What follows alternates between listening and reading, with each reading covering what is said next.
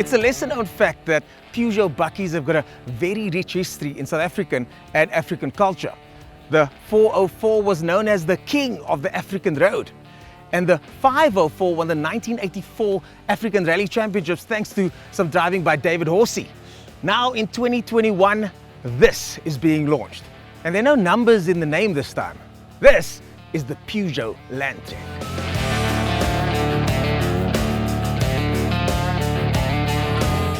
25% of all cars sold locally are bakkies. So it's no wonder that Peugeot South Africa has decided to bring this Landtrek into the country. But they're not expecting to blaze a trail to the top of the sales charts just yet.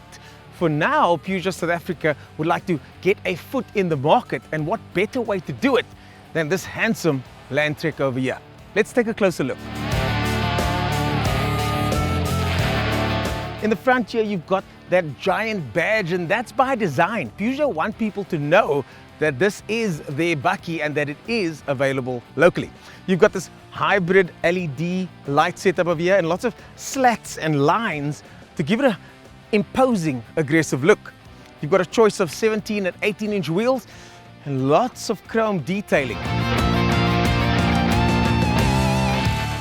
The tailgate isn't an easy lift tailgate, but it does close the 1-ton load bay easily enough.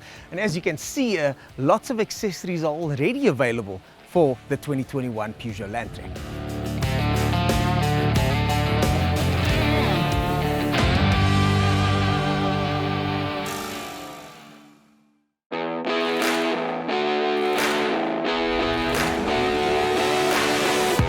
The Landtrek is available in two grades, 4x2 and 4x4. This is the 4x2 version, which doesn't come as highly spec'd, but still feels pretty good inside.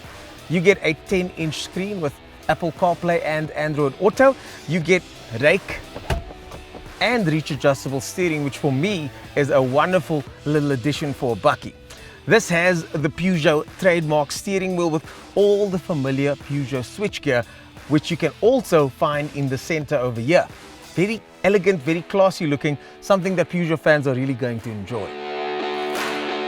The interior is utilitarian though, with lots of plastic everywhere, but there are parts that are leather stitched. Also, lots of chrome bits here and there that make you feel like you're more in a car than a bakkie. Space in the front seems plentiful, and there is enough at the back as well. You've also got two USB ports in front and another one for rear passengers as well.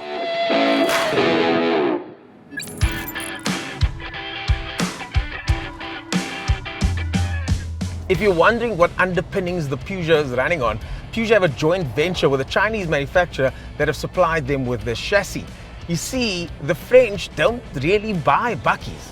This car is designed for the emerging markets, and South Africa is one of those markets, which is why this bakkie is available here so soon. Peugeot Landtrek comes with 110 kilowatts and 350 Newton meters of torque. Add to that an automatic gearbox, and you're looking at the Goldilocks zone when it comes to selling bakkies in South Africa. I'm currently cruising around in the 4x2 version, and thanks to smaller wheels and a slightly different suspension setup, it does feel a little bit more comfortable. But I think for the hardcore 4x4 enthusiasts, maybe the 4x4 model is the one to go for. Although the torque is plentiful and kicks in just below 2000 RPM, before that 1800 torque kick-in happens, there is a little bit of a moment where one kind of has to wait for the torque to come. Fuel consumption is rated at 8.9 liters per 100 for the 4x2 and 9.1 liters for the 4x4. Landtrek is available in 6 colors and currently only in double cab form.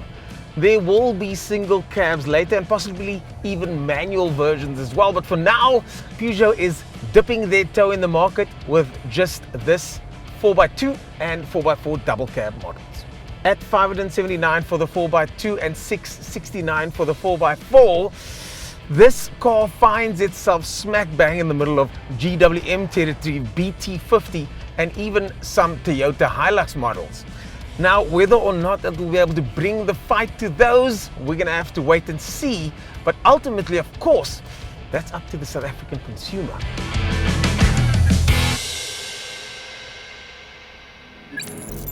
So now I am driving the Peugeot where many owners, I'm sure, will drive it, and that is off-road. And I'm not exactly the best off-road driver. In fact, I forgot to put the handbrake down there a second ago. So all I can tell you that so far it's pretty comfortable, but we are about to tackle some pretty extreme off-road terrain. And according to Peugeot, the 360 camera is about to come in very handy. Wading depth on this vehicle is not going to be tested today, but it can go up to 600 millimeters. Ride height is 235 millimeters with the front ramp angle at 30 degrees. I think my diff lock isn't on. Okay, so now button furthest to the left. Diff lock, okay. Yes. So you're gonna lock the diff now? Okay, got it. Just wait for me to get to the front. Okay, got it. Now I'm gonna engage diff lock and trust my instructor. Oh. Ooh.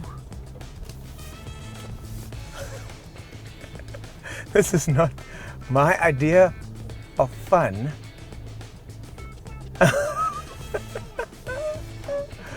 Oh, and I can feel the back of the car slipping slightly as we make our way, hopefully, out of this giant hole.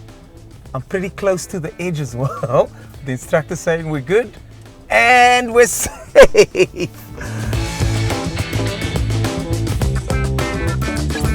The Landtrek isn't perfect, but it's not supposed to be. It's supposed to be a new bakkie offering by a company that used to be a big part of the bakkie market many, many decades ago. I, for one, am glad that South Africans have another good bakkie offering to choose from. And I think Peugeot fans will be too.